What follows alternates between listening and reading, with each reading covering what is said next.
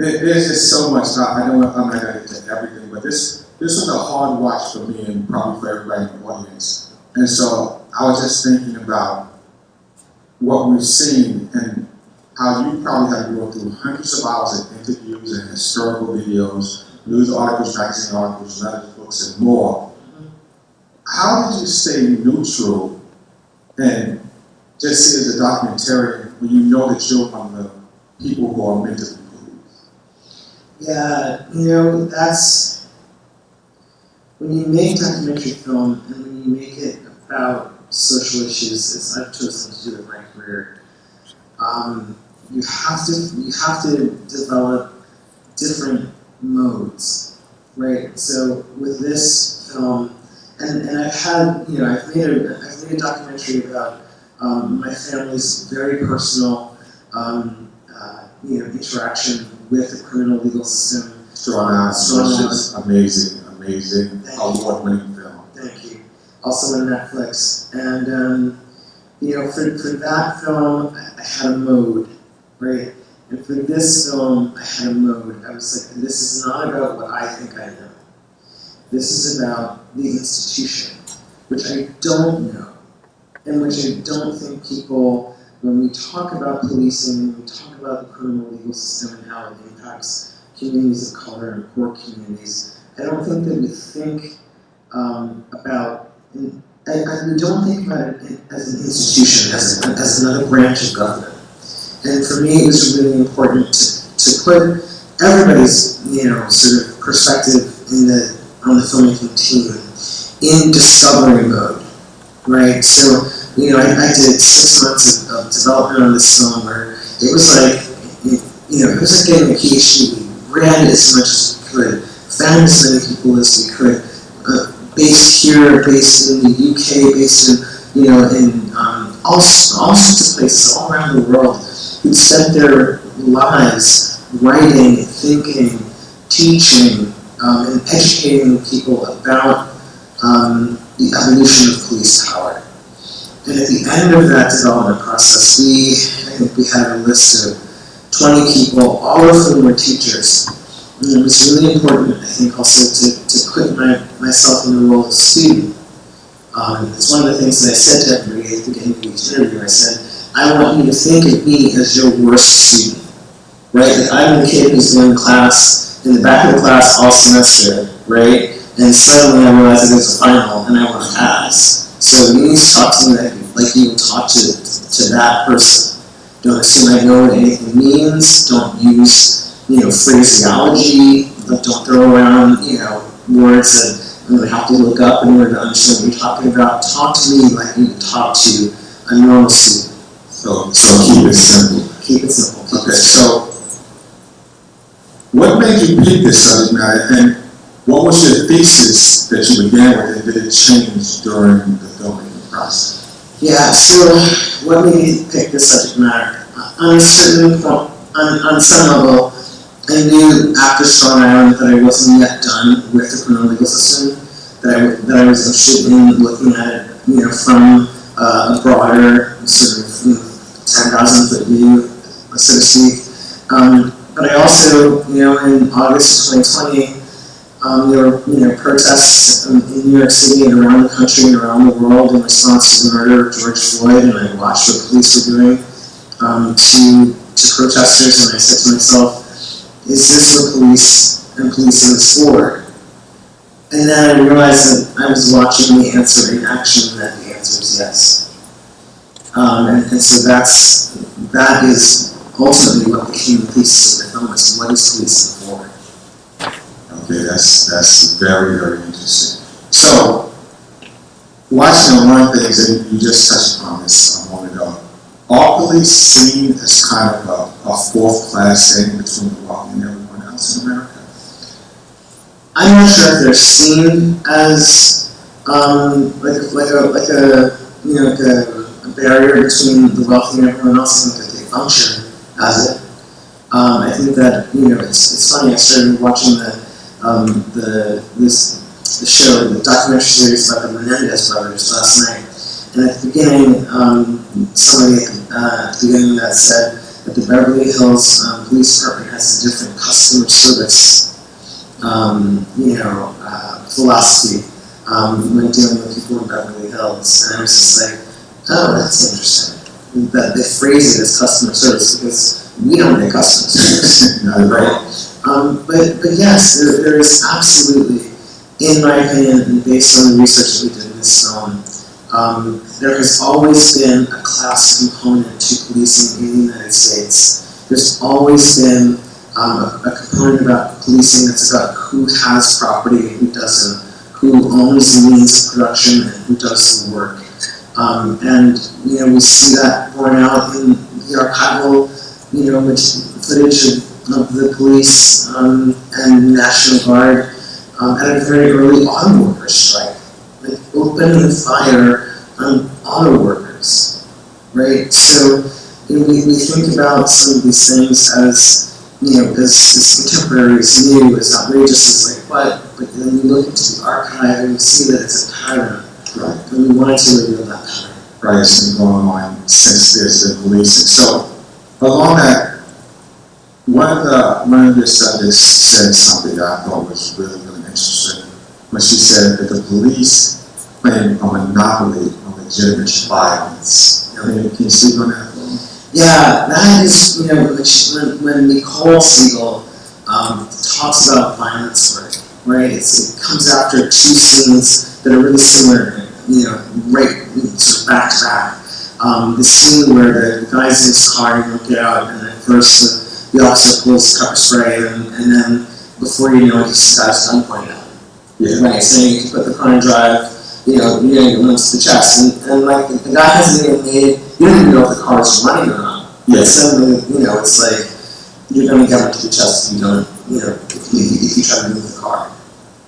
So you said one of the things that happened was that most of the harm that they cause is perfectly legal.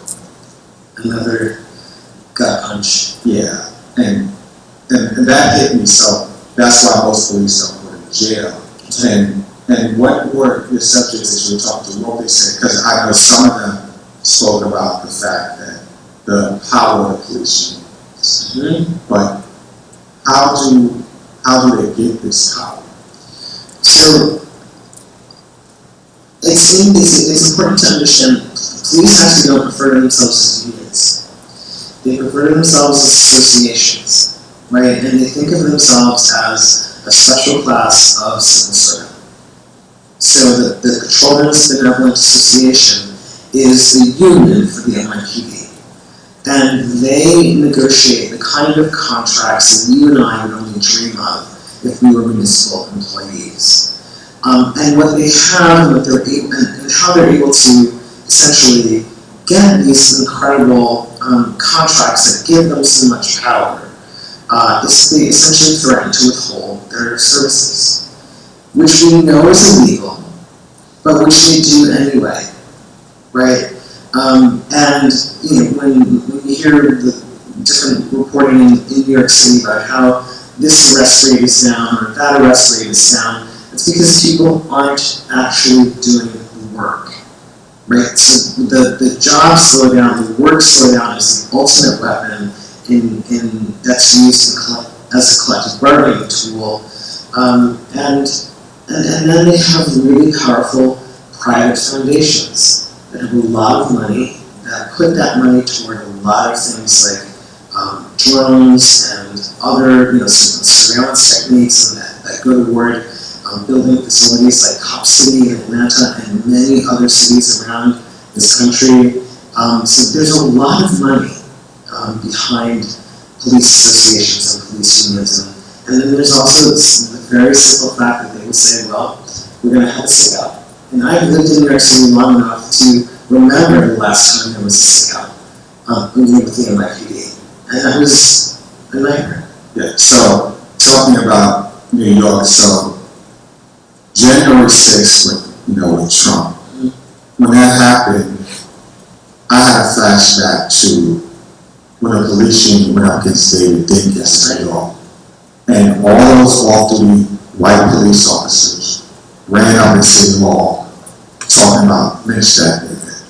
talking about the mayor of New York City, who was their boss. So I have to ask, what do you see as the difference between police violence and white mob violence? There isn't. There isn't.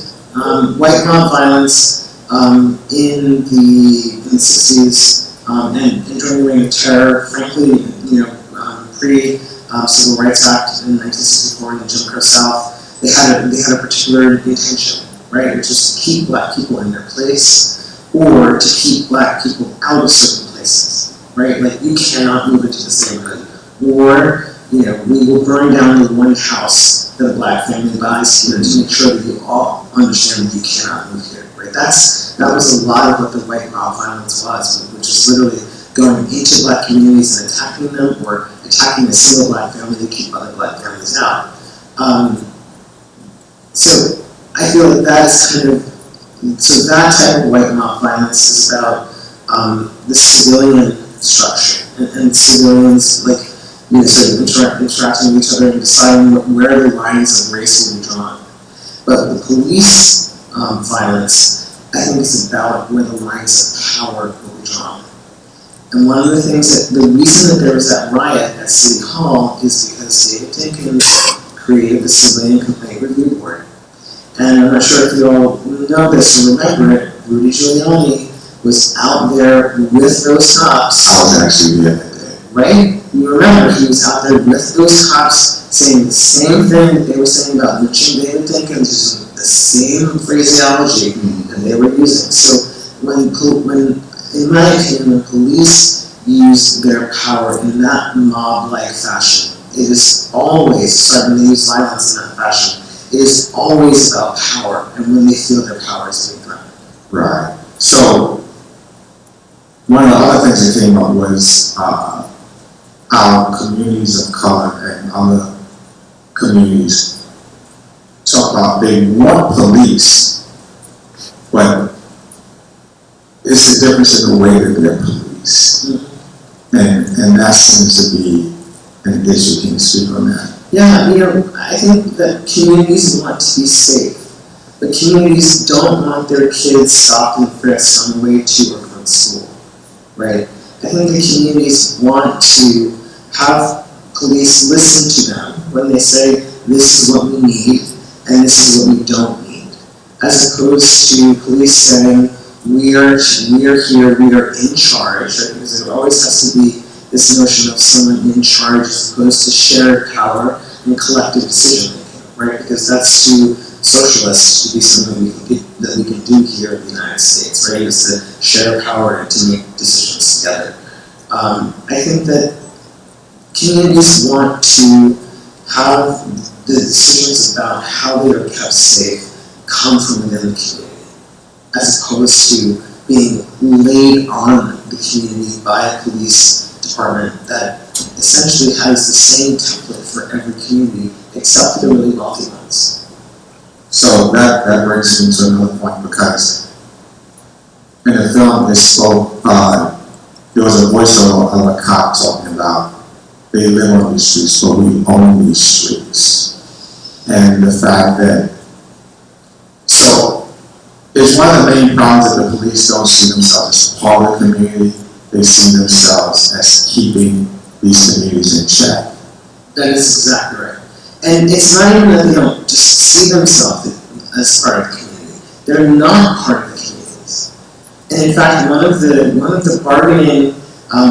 main bargaining points for the Patrolmen's Benevolent Association in New York City is that there not be a residency requirement, right? So it is, it's like a unicorn if you find a cop who actually lives in the city. And if you do, then they might live out in Breezy Point, right? Or they might live in Staten Island, or they might live in Whitestone, right? They live in ethnically white, enclaves around New York City. Sometimes you get cops of color who live in communities of color. And then everybody else lives out in Suffolk County, in Nassau County, in Rockland County, in Dutchess. They all get on the road, or they live out on the east end of Long Island. And out at exit 72, when they get on the road, 3.5, 4 hours, they drive the length of Long Island to get to to get to New York City to do a shift, and then they drive that long distance back. They're not part of the community. They don't see themselves, and I don't believe, frankly, I don't believe that the majority of the NYPD want to see themselves as part of the communities that they patrol, because they look down on those communities. Right, they see themselves as an occupied army, and so the militarization of the police force and how that's impacted police all over. Yep. Can you speak on that? So the militarization of police began in 1968, right? As a result of the Kerner Commission report, and one of the things that was in the Kerner Commission report was that surplus military equipment should be sent to police departments around the country. And that has continued unabated through every president, Democrat and Republican, since 1968 in the Kerner Commission report. Except it's the kind of thing that gets buried in government reports and people don't realize it until there are armored vehicles rolling down the streets, or state police in vehicles with gun turrets and things that look like they should be rolling down the streets of an occupied nation as opposed to your neighborhood. And the thing about it is that the police have been training with that material, police have been training with military, weapons and guns and machines and cars and vehicles, etc. So they've been trained with that stuff. So when they roll it out, they roll it out. It's not like, oh look, we have these things and we're not quite sure how to turn it on. It's like when they started, they were looking for some guy in Sunnyside or Woodside a couple of years ago. And there was, somebody sent a picture of an armored vehicle on the street, Queens. Yeah, I remember that. So we showed a small piece of a film that made that I know must have been amazing. The police film. What kind of propaganda was that? The police film, in addition to a lot of other films that we saw, that there was that film from 1932. Hollywood and policing have had a long relationship. I think we see it most clearly in the work of Dick Wolf and the Law and Order enterprise that he's created. But the collaboration between police and Hollywood goes back to the 30s. And it is all with the intention of creating a particular narrative around policing and their power, and about criminality, and about desirables and undesirables, and that that continues to this day. I mean, even if you look at comedies like Bad Boys, right? There's still there's still that same the police can do no wrong. The policing and the policing apparatus is always right. It's always keyed toward getting the bad guy, and there's never any. I don't want to say nuance, but it's not about nuance because the structure of the thing isn't made for nuance, right? The structure of the thing is made for a reduction in everything about policing, and then we all consume it. And we get to see the police in those lights. So, all police are threats to democracy in America? I believe that the institution of policing is a threat to democracy in America. I think that one of the really important things that we have to do is to get away from thinking about individual officers, because I know, like, for example, Inspector Adams is a good man, right? Inspector Adams said to me at the premiere of this film at the Minneapolis International Film Festival, he said, "This is the film I've been waiting for. I want to take this to every precinct in this department," right? I have no doubt that Charlie Adams loves the community that he serves, but Charlie Adams works within an institution that he ultimately doesn't control. And until we focus on that institution and institutional power, the folks like Charlie Adams will continue to be in the minority. Right, so you just answered my next question, which was, Inspector Adams talks about how he thought more black officers would help the problem, but he realizes now that might not be the answer. So the question is, are police officers the problem, or is it institutional policing? It's institutional policing that's the problem, right? I think it's what police are taught about crime. I think that it's the fact that, and again, I'm referring to the NYPD because I know a lot about it, and I grew up on Long Island, which is like it's like a conveyor belt for police into the NYPD. The educational requirements are little to none. Like if you're on Long Island, you can get the answers to the psych test, so you can beat the psych test. You know when to stop taking the steroids at the gym, so that you don't test positive for steroids. You know when to stop smoking pot, so you don't come up as having drugs in your system. But you also aren't required to learn anything about the world. Yes. You can take that test when you're 18 years old, work for a couple of years, get your number called up, put in your 20. In the last year of your, in year 19, work a ton of overtime, so that when you hit 20, your pension is based on the last 3 years of your, right? Which is why there's so much overtime now with Eric Adams as mayor, because when Eric Adams is out of office, They're all leaving. They're all going to leave, and they will try to make it seem that it is it's in response to whoever gets elected.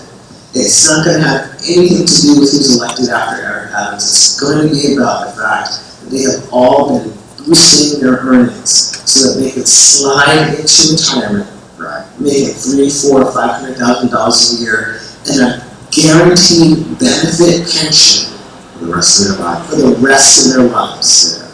That's what that's going to be about. So just so you know, when they start talking about the police don't trust so-and-so to fight crime or to support them after Eric Adams, it's totally us.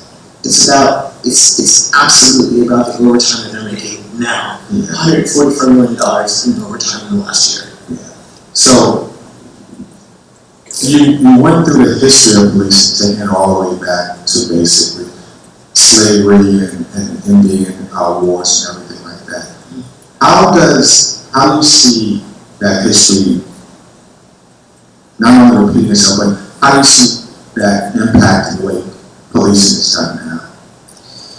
Well, I think that the way that police history impacts policing now is that if you look at the way the police have functioned and how they've been deployed, to remove people from their land, to control and contain enslaved people, to control and contain workers and prevent strikes, there's never been any consequences, right? There's never been a consequence.